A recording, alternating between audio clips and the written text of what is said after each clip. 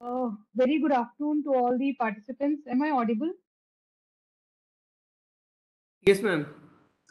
Okay. Yes, we can hear you. Am I audible, Smriti? Yes, sir. Yes, sir. You're audible, sir. Right. Good afternoon once again, everyone, and welcome to the third session for today, which happens to be third day of this ENHM course. And today's session will be on sustainable rail transport. And we are privileged to have Sri Ajay Singh, CENHM Southwestern Railway, with us today to take this session. To give the participants a brief about our speaker today, Sri Ajay Singh is heading environmental initiative at Southwestern Railway as CNHM, and sir has varied experiences over various zonal railways such as Southwestern Railway, RWF, Northern Railway, Railway Board, IRIMEE, and Southern Railway. And sir has had a career of over 28 years in railways now and has been associated with many technology-related projects such as OMRS, train telemetry, RFID, new generation freight bogies, vacuum and bio toilets, etc. And during his stint at Railway Board working with bio toilet projects, sir got interested in water and has been studying water ever since.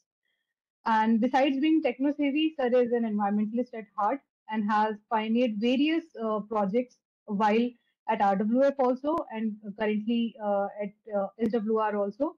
Uh, and Sir has been acknowledged not only by Indian Railways but also by Ministry of Jal Shakti, CII, residents of Bangalore, etc. So, sir, it is a privilege to have you. And without taking any further time, I welcome you to this session and request you to please start with the session. Over to you, sir. Thank you, Smriti. Am I audible? Yes, sir. Okay. Good afternoon to everybody. I feel we have got more than 25 participants in this program. I will try to cover the whole gamut of sustainability and environment, and what is actually role of environment in total Indian Railways scenario, and what we can do as agenda points to further the interest of railways in the field of environment. So my talk is going to be with the four presentations. Is my presentation visible? Yes, sir. Yes, sir. Yes, sir. All right, fine. So basically, we are into transportation sector and we provide the service of rail transportation to the nation. And like anything else, we also have to do our work in a sustainable manner. That is the whole idea of setting up a separate ENHM wing for railways, which was done somewhere in 2015 and 2016 when our Mr. Suresh Prabhu was the Honorable Railway Minister. So in this, my talk for today, I'll be giving an overview of what is rail transport and what is meaning of sustainability in rail transport scenario. Then I'll further get into a little bit of details. I will talk about sustainability in operations. Then second part, which is a very important part of railways, which is sustainability in maintenance, manufacturing and various projects. I'll have my last session on water. I'll talk about water because water is something which is a focus point all over the country. We are having many issues regarding water, and railway is a major consumer of water, and we have to be sensible towards water use, and we have to use it in a sustainable manner. So before I come to my specific topics, based on my experience in Southwestern Railway, I would like to talk a little bit about ENHM, why there is an existential crisis.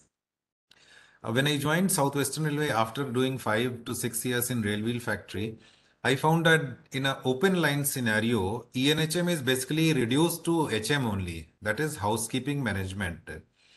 Environment is taking a back seat because of the priorities which are there in a open line situation where every day you just keep on fighting to run the trains. So many times this impression gets carried that ENHM is some kind of punishment posting many of the people whom I met, the supervisors and all, they are coming from various departments, so they are not very sure कि हमें करना क्या है, हमारा scope क्या है. So many times we end up only concentrating on, station cleaning or OBHS, things like which are kind of exactly defined for us. Another common refrain which I hear is that हमारी कोई सुनता नहीं है. That means many of our supervisors, they are having this problem that if they go to other departments and all, they don't listen to them. So, and another problem is that we don't have any funds. I'll be taking a little bit of this with this background. I'll start and I'll try to talk about these points because these are very important. Because first and foremost, you have to define, you have to have clarity on your own role. Then you have to clarity of about ENHM wing, and then only you will be able to do a proper justice to your work. Now, as far as हमारी कोई सुनता नहीं है, that nobody listens to us, please understand we have to be very clear that our role is very, very important. When the ENHM wing was set up by the railways, the railway board has decided that ENHM wing will undertake monitoring and coordination functions for all environmental issues. So you should not have any doubt that you are restricted to only housekeeping management and things like this. Basically, our role is kind of across boards, across departments, and ask people what they are doing with environments. They will keep on doing their work, but you can have a coordinating role. And apart from this, ENHM wing will be responsible for execution as well as monitoring and coordination of integrated housekeeping functions of coaching trains, major railway station and coach maintenance depots. Now, what is happening is 2.2, the para 2.2 of the board's letter, which is dated August 2015, has become paramount. And we have forgotten the first part, which is very important. And first part also gives us kind of responsibility as well as authority to oversee projects which are happening in other departments also. So as far as what we have to do, please understand environment work is a very, very sacrosanct work, and it will, I think this posting of ENHM can give you maximum satisfaction because you'll be really not only contributing to railways cause, but you will be also contributing directly to society's cause also. So it is almost like a spiritual work. So we have to be very clear that our work is very, very important because many times it is given that, environment work is side work, and our prime role is running train. That is very much true that our prime role is doing running trains, but we have to do things in a sustainable manner. That has become very, very important, and in fact the future of railways will depend on this important factor. Now, as far as what we have to do, you have to be acquainted with what all documentation, what all policies are there with respect to EHM. Some of these I am showing. Indian Railways water policy is there. You have Indian Railways environment annual reports. These can act as a guide for you.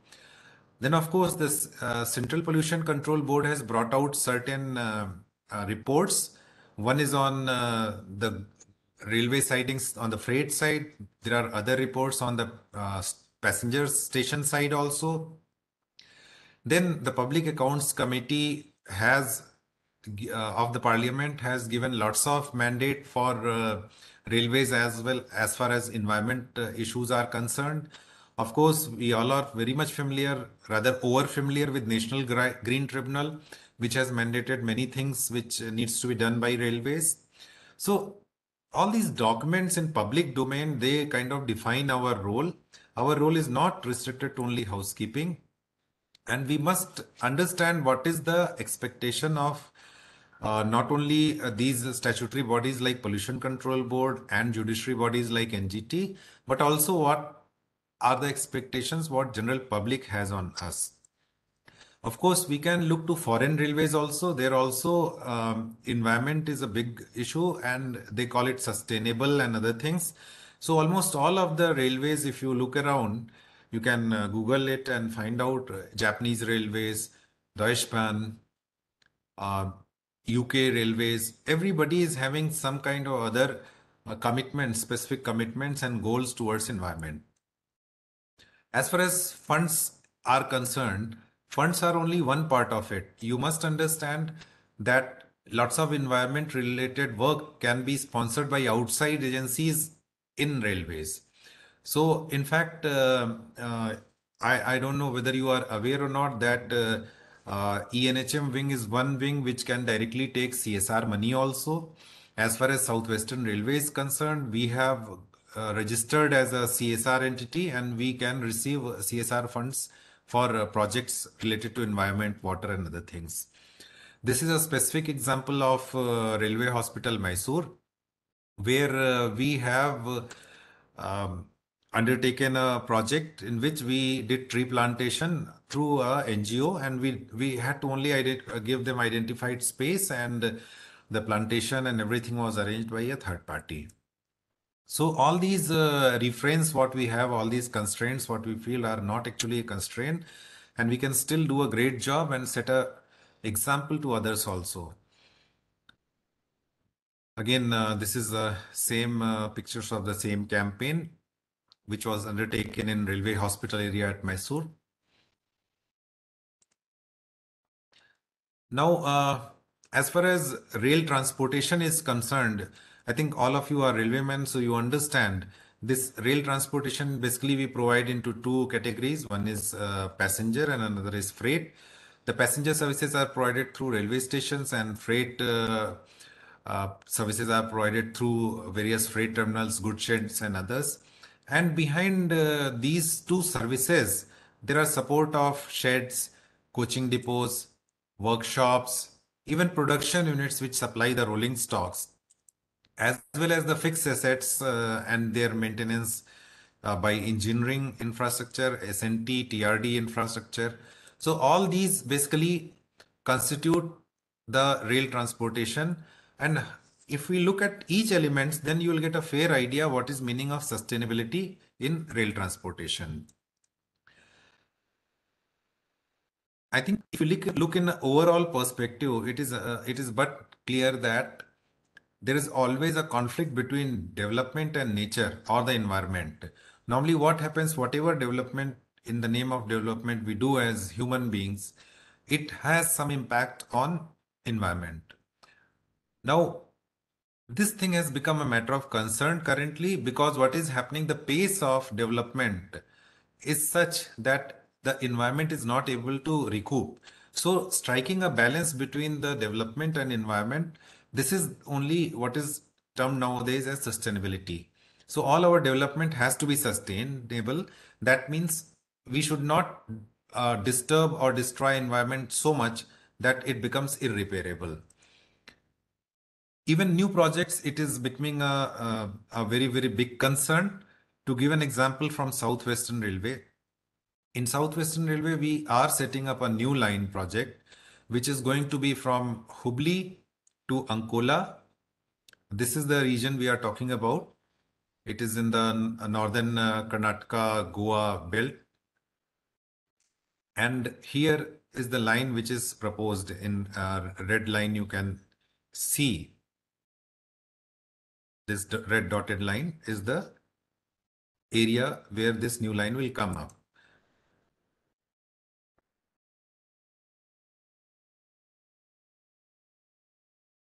So this line is already under tremendous amount of public scrutiny because when you look like this on a map, it looks very neat and clean. But actually, if you look on a satellite image, you will find out that this particular section passes through very, very ecologically sensitive Western Ghats. This alignment will basically cut through Western Ghats and it will be just skirting south of Kali Tiger Reserve, and there is Bedti Conservation Reserve. Because of this, there is lots of resistance, opposition to this project. And everybody, especially now, they are telling us it will be doomsday for not only Kali Tiger Reserve, but it will also spoil the Western Ghats. These are some of the news coverage which have happened, and they are normally totally against railway projects. Again, there is an online petition also where people have been asked to sign an online petition to stop Hubli Ankola railway line. Now, these kind of concerns are being raised. So we have to understand that railways development or operation of existing railways will always have some kind of impact on the nature, on the environment. But we have to take very many efforts to minimize our impact on environment. And in case of a new line, for everything, for construction as well as operation and everything, we have to take steps which take of the nature.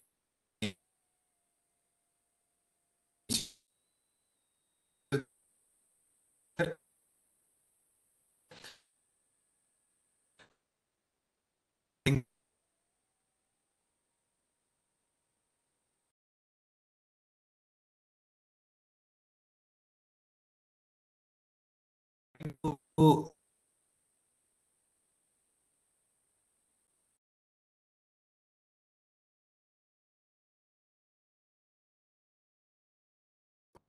rail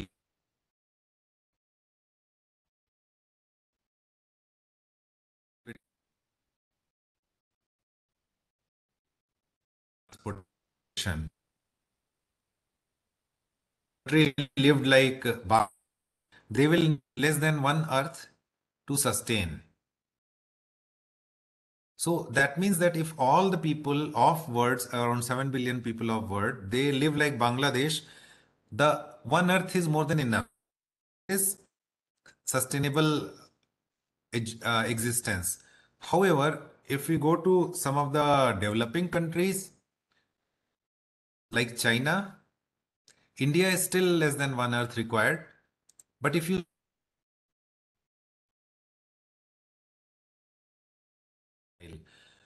and if you go to United Arab Emirates, you see that it needs almost 5 earths to support itself. So the whole idea of sustainability is that your complete existence and activities and everything has to be in a manner which a single earth can sustain. In fact, this theme is very important. That is why this year's World Environment Day, which is coming this week only, end of this week only, the theme for this year's World Environment Day is One Earth Only. We have to realize this, and not only individual level, even institutional level and collectively, we'll have to reduce the footprint of our activities, and that includes railway operations also. We'll in coming parts, we'll see how to do this. So the development of Indian Railways has to take care of environment, and we cannot work in the same good old ways what we used to work. This is the theme for current year's World Environment Day, Only One Earth. We have to not only kind of take this into account this year also, we have to take into account in our future working also. So when we talk about sustainable rail transportation, again coming to the same um, model what we have made for sustainable rail transportation, we'll take up one by one the different things which are going to be there, different areas of our activity. Now, in our Indian culture, we have this concept of Panchitatva. In fact, that is a very good framework which provides us to work around sustainability. And if we see these 5 elements of fire, water, earth, air, and Akash, we'll see soon how in various aspects of our operation and maintenance we can take care of these elements. Now, this is how my talk is structured. We just have finished an overview of sustainable rail transport. I will come to sustainable operations, then we talk about sustainable maintenance, and then we talk about water last. So I'll be now moving on to sustainable operation. This is the second part of my session today. So I think all of you are aware of National Green Tribunal. Even before National Green Tribunal came into being, the High Court of West Bengal, it has its eyes on the pollution caused by Howrah railway station, and this case was later on transferred to National Green Tribunal, and National Green Tribunal has made up its mind for closure of railway station. However, they were knowing that if we close, there will be lots of public discomfort. So they gave railways time to submit a clear-cut action plan for taking care of discharge by Howrah station, and luckily it was never stopped, and lots of measures have been taken in Calcutta itself. So if we talk about operation, basically when we talk about fire element, we can talk about energy or electricity, which is equivalent to fire. Then water, of course, is there, and water means even the used water, how we reuse it. Those are important things. Then talking about air pollution, then when we talk about earth, we have to take care of our waste management and solid waste management. When we talk about this ether or Akash Tattva, we talk about noise and light pollution. Now, as railway as an organization, you please understand that all of these five elements are touched by us, whether it is energy consumption, water storage, water or sewerage, solid waste management, noise, air. So when you talk about sustainable rail transportation, here in operations portion, I will be talking about how operations happen at station and freight terminals and how do they affect sustainability and environment. So, I request if anybody's got any questions or clarifications, you can please stop me, and we can take a little bit of pause there and discuss further. So, as far as railway stations are there, Central Pollution Control Board has done two studies on railway stations, and they have published two reports. The reports are available. If you are having difficulty in finding them, I can share them with you.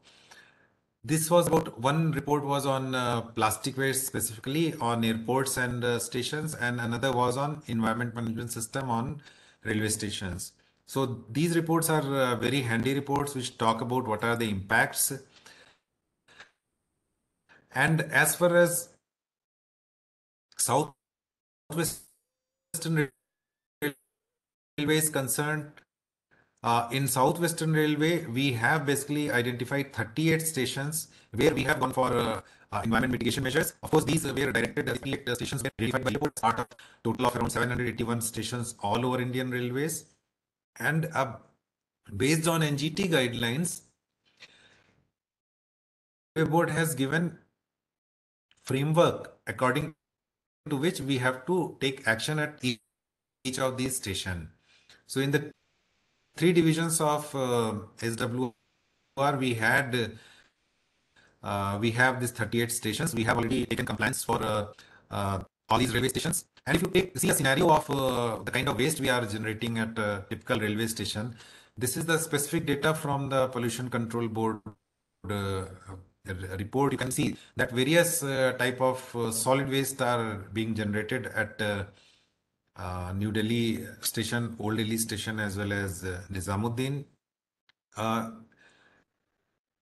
The various type of waste which are being generated are basically food items, packing items, plastics are there, plastic cups are there, aluminum foil, miscellaneous ceramic, glass, metals are also there, which are being generated as waste on railway stations. This is a typical flow chart. It depicts how the various waste are generated at railway station. You are having, collection from the dustbin, from the platform dustbin, from the vendors dustbin, then rack pickers are there. We have biodegradable things and recyclable things. And all type of so it can be dried, treated, and processed. So this is one of the important factors at railway station, that not only we have to take care of proper collection, segregation, but also disposal. The complete cycle we have to complete. We have to ensure that, whatever comes out at our stations is not again mixed and, put in some dump and disposed just like that. In terms of uh, solid waste management rule 2014, we are categorized as bulk generators. All railway stations, major railway stations, are categorized as bulk generators. So they have the responsibility of taking care of their waste.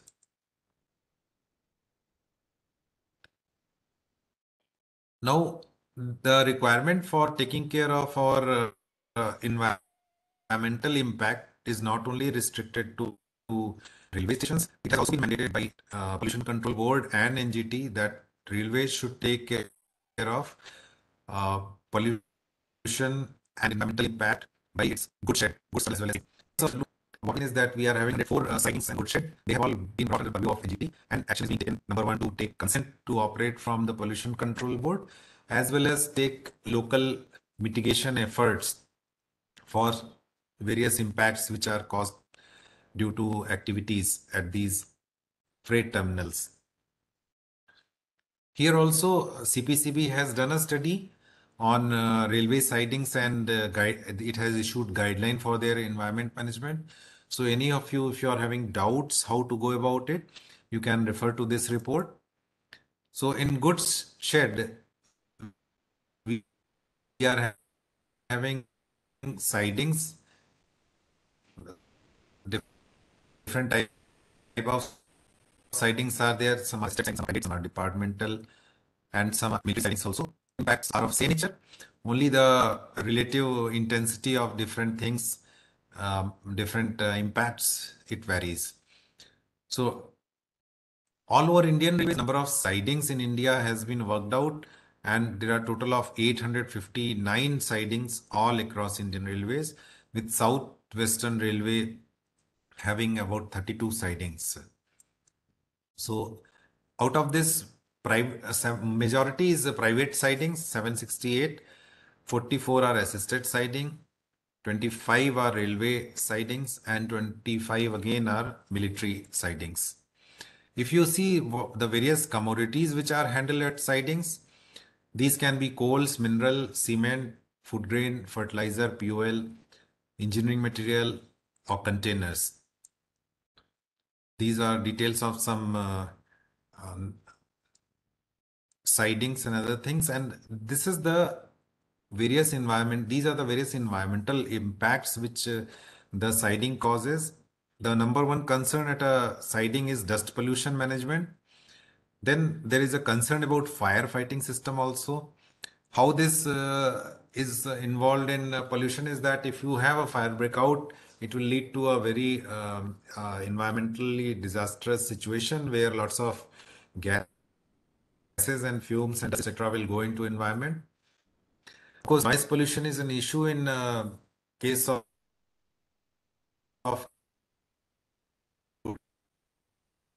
and all.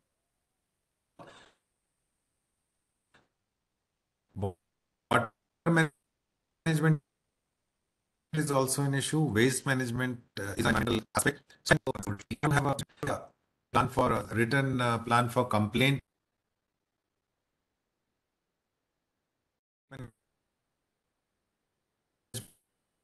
management as well as incident reporting.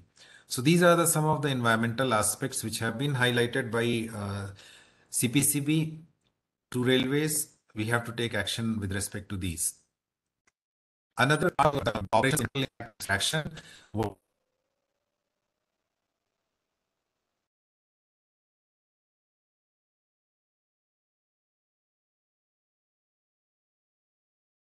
The voice is not clear and not coming. Very energy efficient. In case of diesel traction also, we have highly fuel efficient microprocessor controlled diesel electric locomotives. These normally concern us rare about pollution of diesel traction, but we must understand that this diesel traction emissions whichever are there, they are distributed. When a train is running, it is distributed. Even in urban areas, the locomotives normally don't stay in action for a long time. They come and then go. And compared to the same type of same quantity of traffic handled by road, we are almost 1/10 less polluting. Noise pollution is a area of concern by diesel traction because diesel locomotives are much noisier compared to electric locomotive. However, one plus point of diesel locomotive is that there are no transmission and distribution losses. So it is kind of more overall perspective, more energy efficient mode of traction. In case of electric traction, it is very obvious that it is much cleaner on the face of it. It is less noisy as only train passing noise is there, which is common for both diesel traction and electric traction. However, overall energy point of view, if you see, there are transmission and distribution losses which are not there in diesel traction. And of course, there is a question of pit head pollution. That is ultimately this electricity is coming from somewhere. And more in Indian context, it is mostly 70% is by thermal power generation.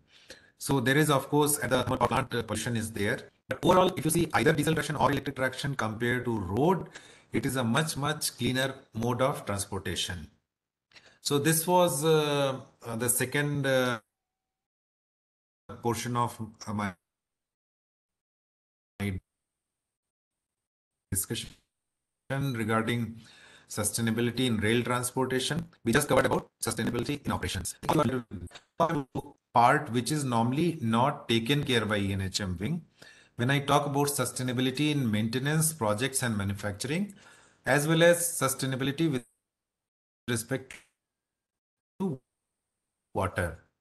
So I'll just pause for 2 to 3 minutes before I move on to the main sections of sustainability in maintenance and sustainability in water. Any questions?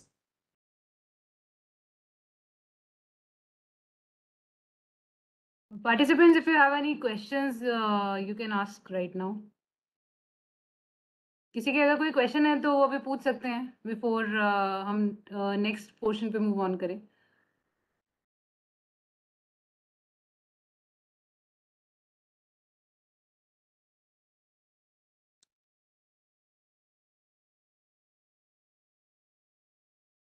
Sir, I think there are no questions so far. The voice is not coming clear. Yes, sir. There was a little disturbance with the voice, sir. Sometimes the voice was breaking. Okay. In case there is a breakage, kindly let me know then and there so that I can kind of repeat the portion. Right, sir. Anybody has given any question in the chat box? Smriti, can you just have a look? Let me see if that is better. Sir.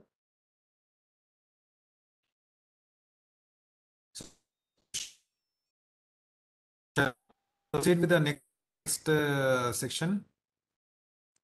Yes, sir. We can move on. There are also no questions in the chat box, sir.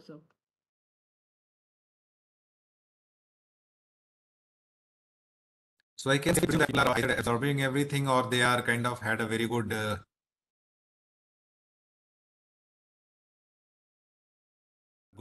lunch. Okay, sir. Please carry on for the third. Okay. So I'll just get back to the presentation.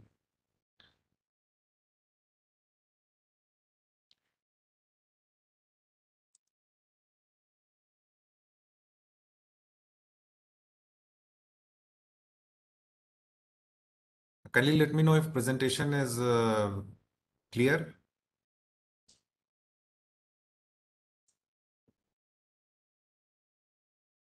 Yes, sir. Shall we proceed? Yes, sir. Yes, sir. Okay, so we move on to the third section of this session, which is sustainable manufacture projects and manufacturing.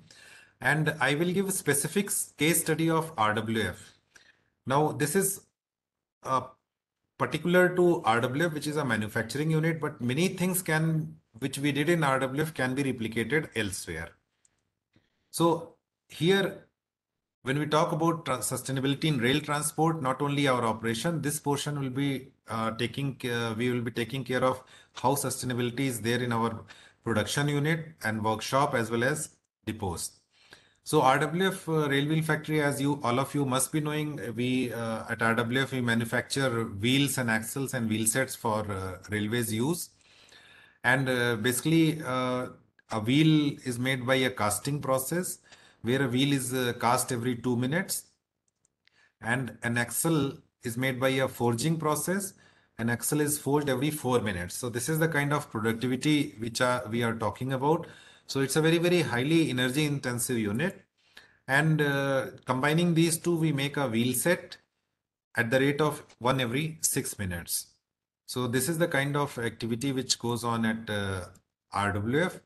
And basically, if you take the fleet of Indian Railways, the complete fleet of Indian Railways, we are almost having 11,000 plus locomotives, more than 2.5 lakhs of wagons, and 70,000 plus coaches. All these rolling stocks will have one common item called a bogie, in which a wheel set will be fitted. So basically, RWF makes wheel sets which go into almost 90% of the rolling stock, 100% of wagons, all ICF coaches, LHB coaches, we don't make wheels for that, and some of the locomotives we are making wheels for them. So we are situated in Bangalore. Bangalore is very, very sensitive as far as environmental issues are there. Not only Bangalore, for that matter, even other cities in India have become very sensitive to kind of emissions and pollution which is being caused by industrial units. In Bangalore itself, we had a case where there's a factory called Graphite India. It has to shut shop there. Then in Tuticorin and all in different parts of the country, we keep hearing about people uh, rising up against industries.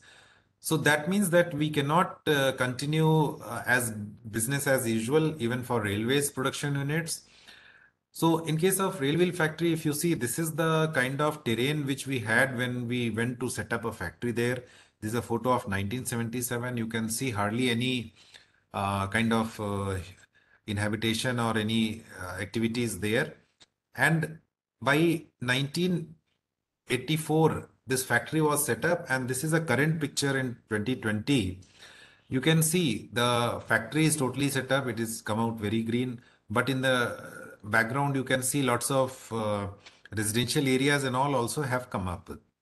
So the place where railway factory is situated, now currently it has become primarily a residential area.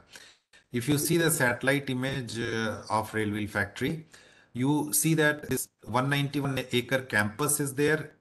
All around you are having residential areas. And of course, we have some water bodies around that. There is one Yelanka Lake is there, and other lakes are there. In the year 2011, October, actually Pollution Control Board, Karnataka State Pollution Control Board has given refusal order, consent refusal order for railway factory. That essentially meant that we have to shut down our activities until unless we take care of pollution caused by us, mainly air pollution. This was triggered, not only even the neighborhood people the neighborhood locality is called Putanalli. So those people also gave in writing complaint against RWF. Because of all these things, even the local MLA, in fact, he gave in writing that the railway factory should be shifted out of the current location to almost 60 kilometers away. Because of all these pressures, lots of corrective measures had to be taken at RWF. And RWF, luckily, we had environment sustainability built into our DNA. We had taken care of all statutory compliances. We had integrated management system, and we took up this challenge of 2011 consent refusal by KSPCB, and we worked much beyond what was required. We got a Greenco certification. We were one of the first production units to get Greenco certification. As far as environmental leadership is concerned, the plant design itself is taking care of environment. There are dust mitigation systems, there are fresh air supply systems, water recycling systems are already built into the design of the plant. We had ample space for post-process handling of solid waste. In fact, we were first on Indian Railways to have ISO 14000 certification way back in 1996. In 2016, Chief Environment Officer and Environment Task Force was constituted. We went for silver Greenco rating, and we got silver rating. And we also institutionalized all our efforts in terms of annual environment handbook starting from year 2017. Railway Factory is ultimate recycler, so that way it is very environment friendly processing of metal, because we take the old rejected wheels and axles and we remelt them to make wheels. Not only that, even our process metal waste is put back and melted to make some wheels. So as far as the 5 elements are there, energy, water, waste, noise and air, all these are well taken care in RWF. Talking about energy, there are lots of energy management systems which have been done. In RWF, we are switching over our fuels. We have lots of furnaces, and these furnaces are basically diesel fired. They are being converted to natural gas. So there are a total of 5 big furnaces there. They already have been converted to PNG. We have 2 megawatt rooftop solar system. Then just like in other parts of railways also, RWF has also switched over completely to LED lights.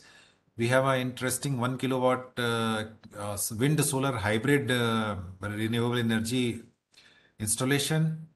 There are solar street lights. Even in small process areas also, like magnetic particle testing and all, we replaced our UV lamps to LED UV lamps, and we were able to make a dent in specific energy consumption, which came down from 131 kg of oil equivalent to 126 over a period of 3 years. So this was the energy part of it. Coming to air mitigation system, you can see the kind of emissions which used to be there before we took corrective action.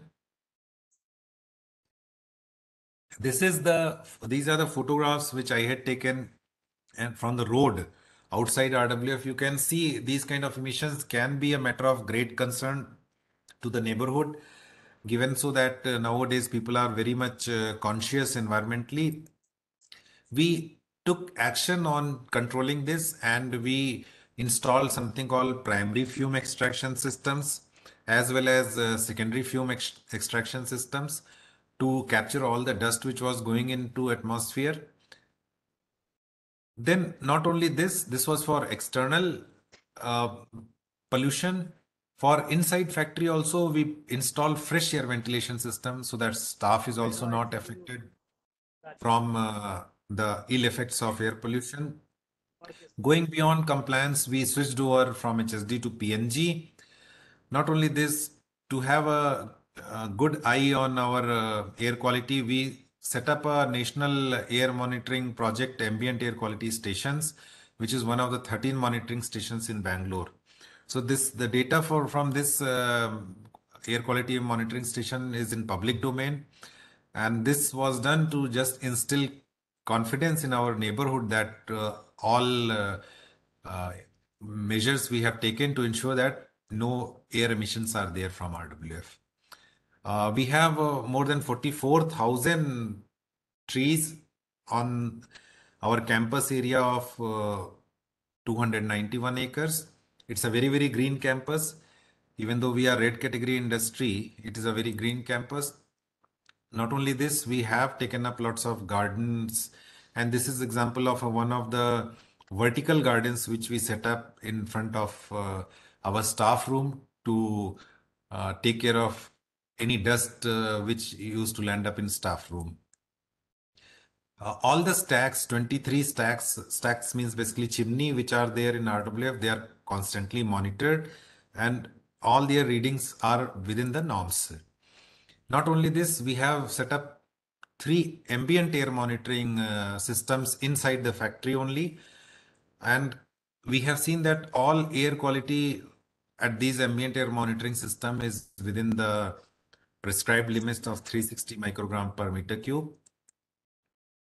That took care of the element of air. Now we move on to solid waste management and material conservation, which is how we impact the earth. Material conservation is a kind of way of working at RWF. We study the process and wherever it is possible, we try to conserve material. These are some of the examples: graphite molds, even small things like sampling spoons. Many places are there. We have done material conservation. Then we are also reusing things which are process waste, things like packaging waste, things like graphite powder, which is generated during machining of the graphite molds. Then there are something called clay graphite, ingot sleeves, in stopper heads and other things. All these are put back into the process and for making steel. And they are earlier they used to be thrown away as waste. So because of this, we have reduced the impact of our activities. We have dedicated containers for plastic segregation so that we can separate them out and dispose them out in a responsible manner. All the hazardous waste is properly managed. We have asbestos gaskets which are qualified as hazardous material. So these, as well as used oil, they are all disposed in a controlled manner. We have started working on packaging also to improve our packaging in a way that we use lesser and lesser plastics and move on to more sustainable packaging. Even small things like forklift movement, we analyze and we try to cut it down by relocating material. We and bringing it closer to the shops. We reduce the number of forklift trips also. This is an example of alternative material where we went for coir-based packing of wheel sets. This was still under development last year by the time I left. Earlier, we used to have plastic material for securing the wheel set in transit. We have developed this coir alternative packing material and we were trying to scale it up because availability of this material at the rate what we want is an issue. This was one of the big projects what we undertook. Every day in Railway Factory, we are using almost 28 tons of good foundry grade sand. Now, this is a natural resource and sand, just like water, is also a very stressed resource. It's difficult to get. Sand mining has been banned in the states of Karnataka, Tamil Nadu, Kerala, and we are getting little sand from Andhra, but there are issues of supply as well as quality. So we have set up a thermal sand reclamation plant where we take the processed sand which has been used and we are able to almost 90% recovery we are able to do. So our sand requirement, fresh sand requirement has gone down very drastically. So these are some of the waste disposal, how it is being done properly at RWF. For our food waste, there is a biomethanization plant of 500 kg capacity. This plant, we are having a mixed reaction as far as the working of this plant is concerned. This has been set up and there are issues regarding feeding of the plant and other things. Then, of course, our solid kitchen wet waste, we are doing vermicomposting also. So this was some of the things which are being done at RWF for taking care of environmental impact of RWF activities on Earth. Then we come to water or used water, that is sewage. For on the water side, we have done many steps were taken in RWF. I'll be discussing it in the next slides in great detail.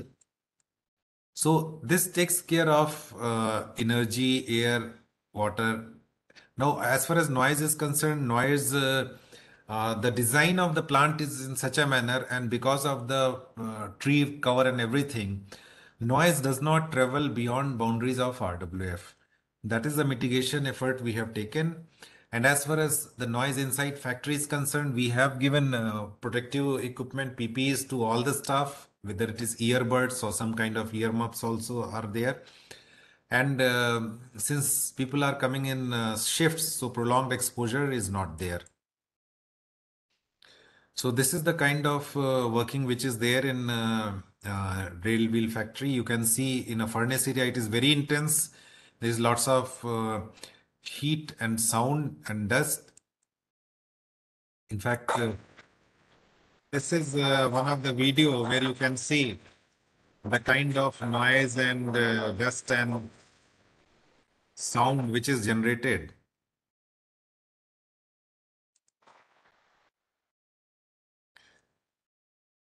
There are many systems in place to take care of all various environmental impacts. Greenco provides a very good framework. I think all of you must be familiar with Greenco. This is a framework which is, I feel, is much better than your ISO 14000 certification system, because Greenco frameworks gives you in a quantified manner what are the different impacts, environmental impacts you are having, and what are the different uh, results of what mitigation efforts you take. It covers the entire gamut of energy, water, renewable energy, GHG gases, waste management, material conservation, green supply chain, life cycle assessment, etc. We had formed green teams in RWF with the Chief Environment Officer, Environment Task Force. The different solid waste management teams were formed, energy teams were formed, which used to work independently in shops and take out the projects. We had institutionalized recording of all our efforts in form of a environment handbook, which we used to bring on World Environment Day. On the World Environment Day, we'll have lots of technical sessions by domain experts, and awareness creation campaigns were carried out. Not only this, even we used to do community outreach, reaching out to Kendriya Vidyalaya, colony, and beyond. Now, these were things which were done at rail wheel factory. If we see, many of these things can be mapped to our maintenance sheds like coaching depots, loco shed, track machine depot, workshop, sleeper plants, as well as various construction and divisional projects. So the five elements which we have to see how we are impacting these of air, water, energy, solid waste, and noise and light. Each of these places, wherever we are posted, we can see what are the impact and how we can mitigate it. And from this only our different projects will come up, and taking these different projects, however small they may be, we will be able to reduce our environmental footprint. So with this, I conclude my uh, session focusing on sustainable maintenance, projects, and manufacturing. I will move on to the last part of the session, where I'll be talking about sustainable rail transport, how water we can take care. Now here also I'll be giving first overview of what projects we had done at rail wheel factory. Then I'll come over to what we can do in a open line scenario. So in rail wheel factory, every day we had the total water requirement of almost 15 lakh liters. A large portion of it was going to the factory. This is water balance diagram for the rail wheel factory. There are different sources: STP, BWSSB, that is Bangalore Water Supply, fresh water. We used to get recycled water from Bangalore Water Supply. tankers, we were having some bores, and we were having some open wells also. So if we see RWF factory, the two big water tanks you see in the center portion. Let me see if I can. Yeah, these are the two water tanks. They are part of the process water requirement system inside the factory. Since it's a red category industry with a foundry and a casting unit, almost 3 lakh liters of water every day is required just for process top up. So this we were getting from BWSSB, and as well as our open wells which were there situated inside the factory. So here you can see there is a distribution of different uh, different sources from which we used to get process water. And when we started working on a big project to become sustainable in process water, we looked around and found out that RWF is basically surrounded by different water bodies. These are lakes which are all around RWF. And this gave us kind of idea that if we capture all the rainwater which is falling on 191 acres of RWF campus, which translate to more than 7 lakh square meter of area, and taking into account average rainfall in Bangalore, the average rainfall volume works out to be more than 7 lakh kiloliters of water.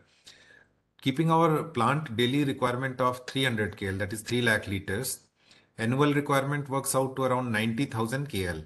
So we see that we are getting rainfall of more than 7 lakh KL, but our plant water requirement was only 90,000 KL. So this kind of prompted us to start working on harvesting as much rainwater as possible. And we found out that, if we have in Bangalore, generally the lean period between rain to rain is 100 days. And if we create some kind of storage capacity for 100 days, that is 30,000 KL, we'll be able to survive through the year. So with this idea, we started working. Luckily, if you see the plant layout, this is a satellite image of RWF. If you look carefully, the kind of terrain we were having, it is undulating, and one particular portion of RWF, um, especially this side, on the north side, what you see is low-lying area. So we capitalized on that, and we built our project in such a manner that this low-lying area we started collecting water. We developed water bodies there, and luckily there were 4 open wells in that area. So we started working uh, to revive these 4 open wells, and we started extracting water from these open wells. So the low-lying area, if you see in this particular picture, it was being used as a rubbish dump. Here in this picture, when you look in the center, it is the actually green patch is water body, and all around that the waste coming from foundries has been collected. This is an old picture. We started working on cleaning up this area, and not only it was being dumped, this waste, lots of unwanted waste like paper and cardboard waste, packaging and all was being burnt also there. So what we started doing was we studied how the water flow is happening inside the factory, and we realized that there are basically 3 catchment areas in RWF factory campus from where water goes to the low-lying area, and ultimately it goes out of RWF from the low-lying area in the adjoining lakes which are there. So in RWF, there is a axle shop, there is a wheel shop. So one catchment area is there for the axle shop, from where all the water is collected and it goes to the low-lying area. Similarly, wheel shop area, again, there is a water catchment area. And there is a further water catchment area outside the factory area where we are having parking and our marriage hall and other things are there. All these feed into the stormwater drains which ultimately end up in the low-lying area in RWF. So we decided to develop a eco zone in this area, which will be wetlands, which will hold water before it overflows to the lake outside. And in this area, already 4 wells were there. We started to rejuvenate those wells. So this project was started somewhere in April 2017, and the initial phase with an objective that within a month's time, by the time June comes, 5th June comes, which is the World Environment Day, we should clean up the place and be ready to launch the project. So the first part of the project, what we envisaged was that we'll create a water body around the existing this blue area which you see on top right is the area where we focused. We cleaned up this place, and the idea was that we will develop further water bodies after this water body is there. Then we initially, when we started, we thought that we'll have 7 water bodies coming up in this area, and these water bodies will hold water, rainwater, which is coming from the campus all the way and feed the various wells. So this was the initial plan. And even before we started in 2017, this is a picture of 1 year before that, 2016 picture. You can see this is one of our biggest well, but it is almost kind of buried all around. You can find lots of muck. You will, we found that, that area was full of all kind of waste, including foundry waste, packing material and other things. So we started cleaning up in the month of April, May in 2017. We, to our horror, we found out that even, our canteen waste and other things were also ending up there. Lots of packaging waste, lots of our material which used to come in wooden crates or in cardboard boxes, that was also being thrown in that area. And normally that area was, people were not going much, so it was all becoming a junkyard. These are some of the pictures of that area taken during the month of May when we had undertaken the project to clean up that place.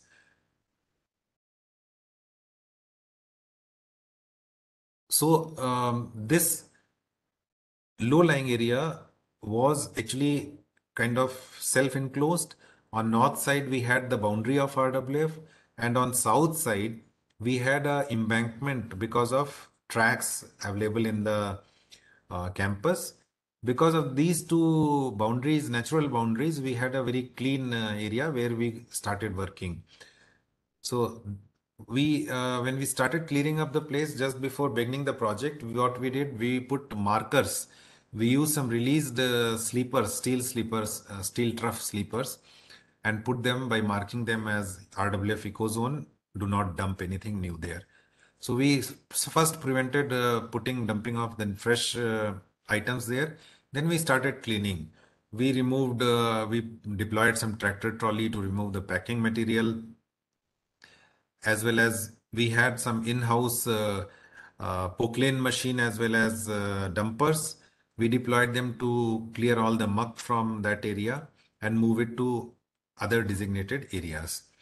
So this is sometime in between the cleanup action was being done. You can see the center water body, which is basically green. All the green is a patch of water is there, and along with that green on the left, if you watch carefully, there is a well there, open well. So after 1 month of hard work just before World Environment Day, you can see this was the situation after cleanup. All the muck and everything is gone. And we decided that there was a water body on the right side of this frame. If you see the little green patch on the right, extreme right, we decided to join this and the center portion so that we create a bigger water body there. So by this time in 1 month, we moved almost 170 dumper and tractor loads of muck from that area. And this is what we had decided to join the two water bodies at this location. The blue arrow denotes the same. So on World Environment Day 2017, exactly 5 years back, we had the groundbreaking ceremony. The general manager, sir, was invited, and he inaugurated the project by groundbreaking. This is a photograph of that. And then actually the real work started after this. After this inauguration ceremony from 6th of onwards, the next day the real work started. And we found out after joining of the two water bodies, the first thing which happened was all the water started going out of campus of RWF through a culvert. So immediately what we did was we made a small intervention which is based on basically what is done in traditional rainwater harvesting. We put a small bund there so that it will hold the water and only excess water will overflow from this bund. And in the rear, if you look carefully, you will be able to see a Poclane machine working. We were simultaneously enlarging the this reservoir what was already existing. And after about a month of hard work, this is the situation around the well. You can see the area has been enlarged, and this water collection is also there. And in the foreground, you can see the band what was created.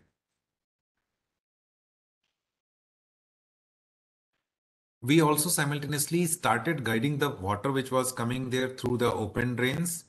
This open drain path was created up to the water body, and very deliberately we kept this water path, kacha.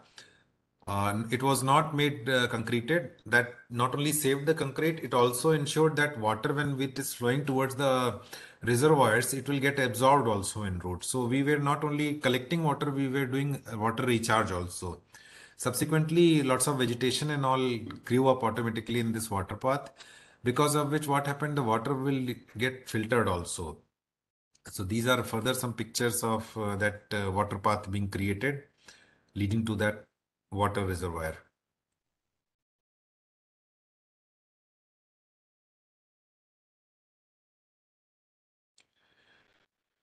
This is a picture where you can see the Poclane and dumper in action, and the water reservoir where inauguration was done. That location, a big water reservoir has come up. And of course, you can see the water. Water is totally muddy because of the activity. I think there is a small lag in change of my slides.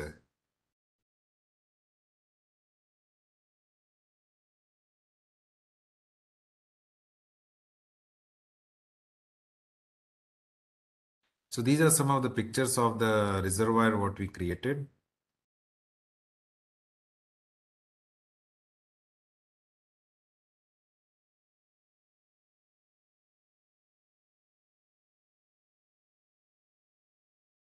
We also found out that one of the drains which was leading to this low-lying area, it was taking a sharp 90-degree curve.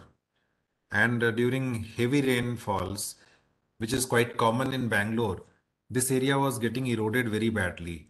So this was one of the few places where we had to intervene and strengthen the sides of the drain and put stones there so that it will not erode. So after a month of restoration of the first water body, what we started, we had already moved almost 270 lorry loads of muck. And in this picture, you can see the well, open well, and it is surrounded by very clear rainwater. So this is one of the picture after a good rain. You can see the quality of water. It is so good. In fact, we can straight away drink from this water. It is very clear. We used to get this water tested also, and all the parameters are within the limits.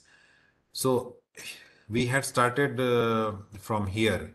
You saw the revived well, and this is the picture of the well before we started the project.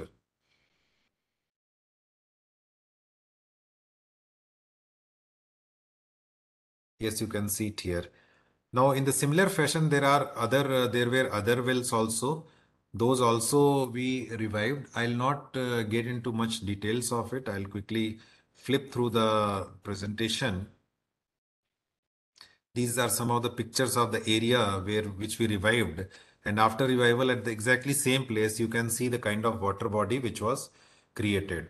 This is the place where we started clearing off the for water body, and exactly same location. This is the water body which was created.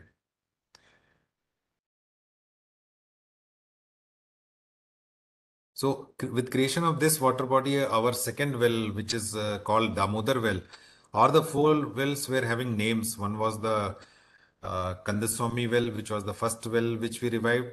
The second well was the Damodar well. And after that, we had third well called Somashekara well, and fourth Itko well.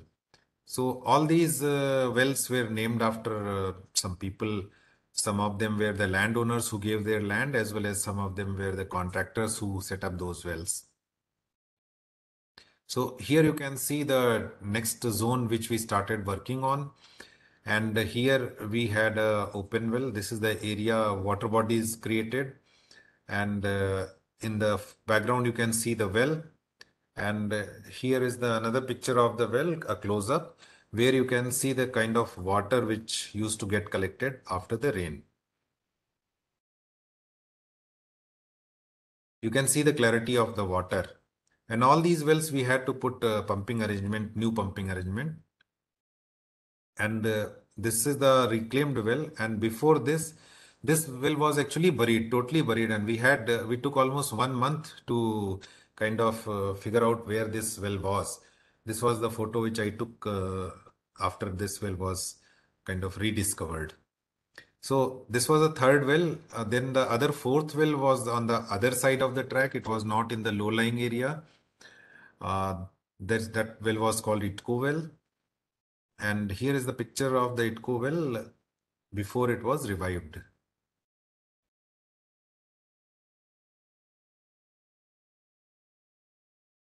You can see it was full of vegetation. The pipe there was not working. It was corroded, broken. There was hardly any water there. So this side, actually on the other side of the track, there was no water body. So we went on creating a fresh water body there. We called it VAP Kere. If you're wondering what is VAP Kere, VAP is actually Wheel and Axle Plant is the old name of RWF. And Kere is a lake or a pond in Kannada. So we named our project as VAP Kere, Ecozone VAP Kere. So this is the eighth reservoir what we created. And after the Itko well reservoir was ready, we had dug out quite some. This was totally new reservoir, so you can see all the fresh dug out soil is there. And this reservoir, after rains, it got filled up, but it took lots of time to stabilize. You can, after this picture, you can see the reservoir after the first rains, where it is full of water. So this reservoir took almost 3 years to stabilize. Stabilize means after 3 years, it started holding it started holding water for a longer period of time. Otherwise, after every rain, after a day or two, all the water will get absorbed in the soil.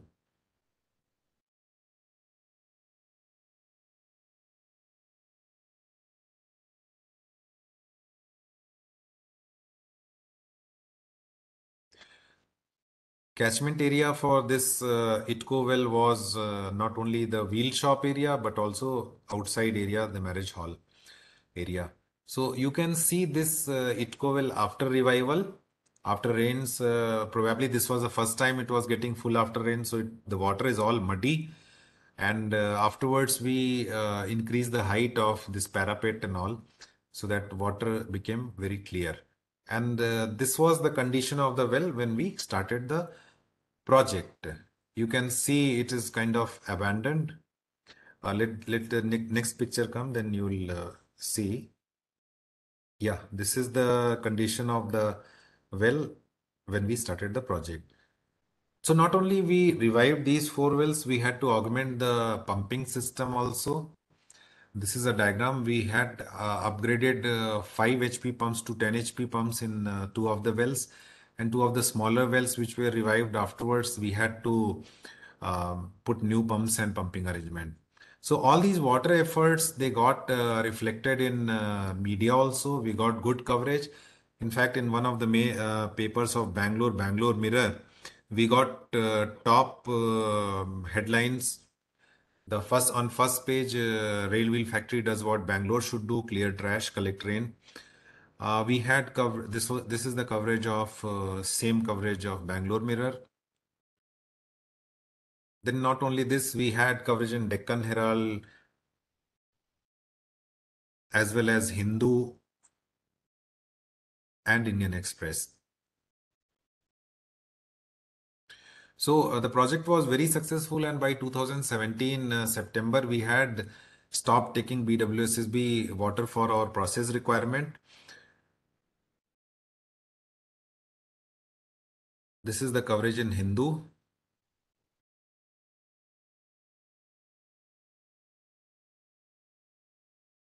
So they actually captioned it as Wheel and Axle Plant, which is the earlier name of Railway Factory. This is a small clip which came on a website. The Railway Factory in Yelahanka, Bengaluru has set an example for others.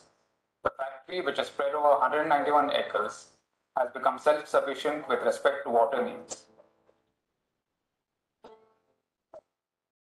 And for 6 months, the unit has not used Kaveri water from the Bangalore Water Supply and Sewerage Board. It began with officials reviewing wetlands in the compound and looking at recharging traditional wells.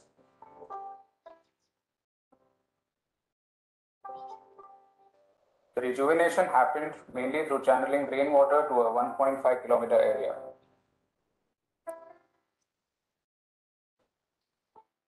Senior factory officials brought in experts to survey the campus to find a sustainable water management solution. The survey found that the campus was a low-lying area surrounded by water bodies.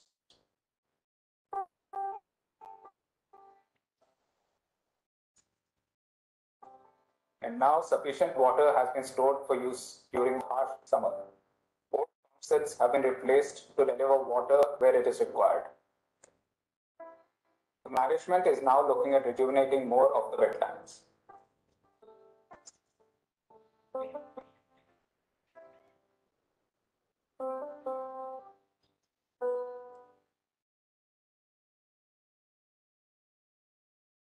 So this was the coverage in Deccan Herald online website where they had done a small clipping.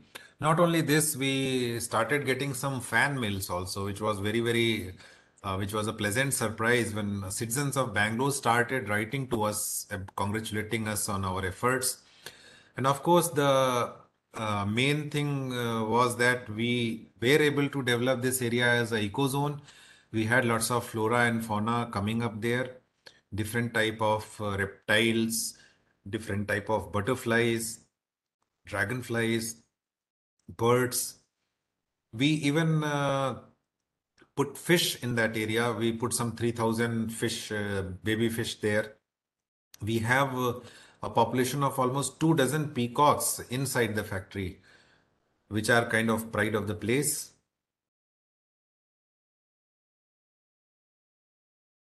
We started getting migratory birds also. And to make these efforts long lasting and sustainable, what we did, we set up a system where anybody who was retiring in Railway Factory, they will go to the eco zone, the low lying area, and they will do a tree plantation on the day of their retirement. So this way everybody used to frequent there also. There was lots of employee participation. We did some shramdans also in that area. This is a photograph of one of the shramdans where almost 400 people got down in that area and did shramdan.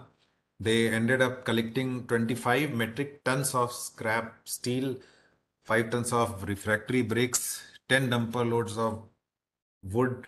All this was cleared from that area and it was made further better habitat for the birds and other creatures there.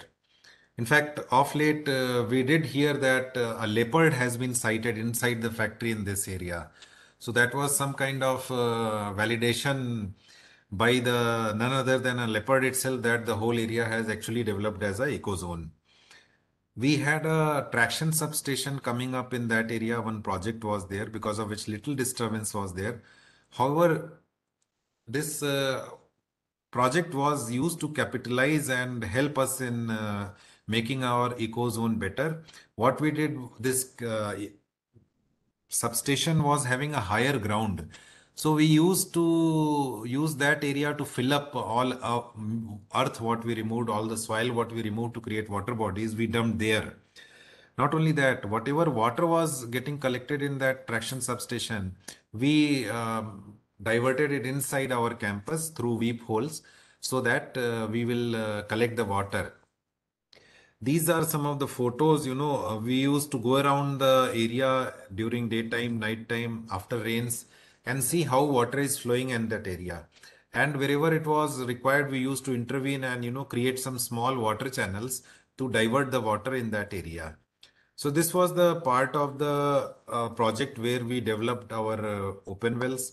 Besides these, we took lots of interventions inside the factory also. In our steel melt shop, a well was put in basement because some water seepage problem was there. So we put a well in the basement and we provided some auto pumping arrangements because of which the water was coming out of these wells. We almost started getting two wells what we sunk there. We started getting almost 20,000 liters of water per day without any intervention. We started using this water for non-potable use like flushing of toilets, etc. We also took a rooftop mega harvesting project where the big down pipes from the factory roof were diverted to a filtration system, filtration cum sedimentation system, and this water collected was directly recharged to the cooling water system. We also created a very innovative surface sedimentation cum filtration bed. This is around 60 feet by 6 feet, 4 feet width, 4 chamber water, where the water will from the drain, so from the discharge drain will kind of overflow and get filtered. This is, you can see a small clipping output of this system. After every rain, water used to, just come out of it just like a borewell, and we used to feed this water into our cooling water system. Here, there was no energy intervention. The automatically by gravity flow, the water will come out. And because of the gradients, this water will be directly pumped into our ground level reservoirs. This is the graph which shows the water drawn from the BWSSB. You can see somewhere in September 2017, it has we had stopped taking water. And in April, January, February, March of 2019, we had some bad rains due to which we had to take water from BWSSB. Consequent to that, what we did, we sank two more wells in the low-lying area to increase the water yield. And after these wells were sunk, now we have become totally self-sufficient as far as processed water goes. So here is the team which is prospecting for the next two wells.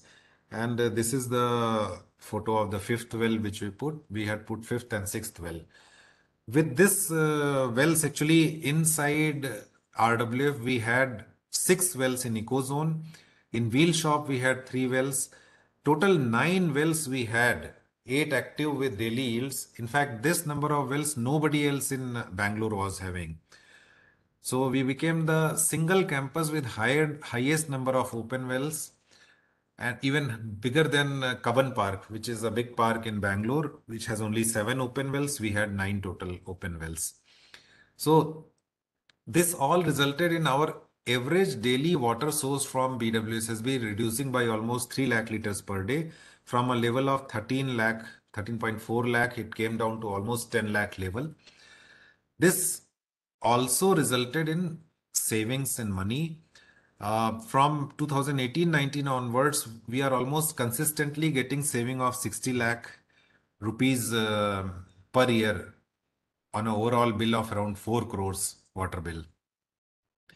we started getting surplus water, so we started using it in other places like our gardens, for fire tender use, for toilets, for washing of our transport equipments. All these efforts were recognized, and at national level we got the first best performing production unit of Indian Railways on Environment Management Award for the year 2018-19. This is the RWF team with the trophy.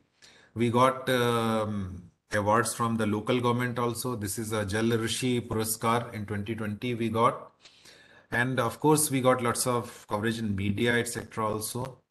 So you can see even in a small working area, like in a factory, which is a small factory, you can do many projects which are related to use water sustainably.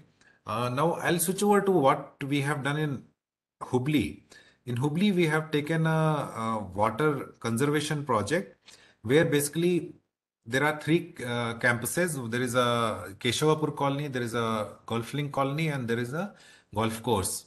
So these areas are contiguous and they form one water system. And during rains, good amount of rain water is collected, which normally overflows outside to the drain. So what we have done is, this is a satellite image of the area what we are talking about, and this is the area of the golf course, the irregular area, and adjacent to this on the right hand side you can see the two colonies, Golf Link as well as Keshavpur colony. So if we take a closer look at this golf link, basically this area is of almost 20-25 acres, and it has got a terrain which is undulating. So we have made a project capitalizing on the terrain, and currently this golf course and the colonies water is being provided by 4 bore wells. What we are working on is to cater for complete requirement of golf course by open wells, which we are going to create.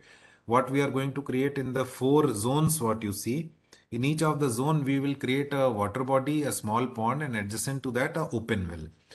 We'll have pumping arrangement for the open well, and the bore well which is there, we'll meter it, but we'll start reducing its consumption.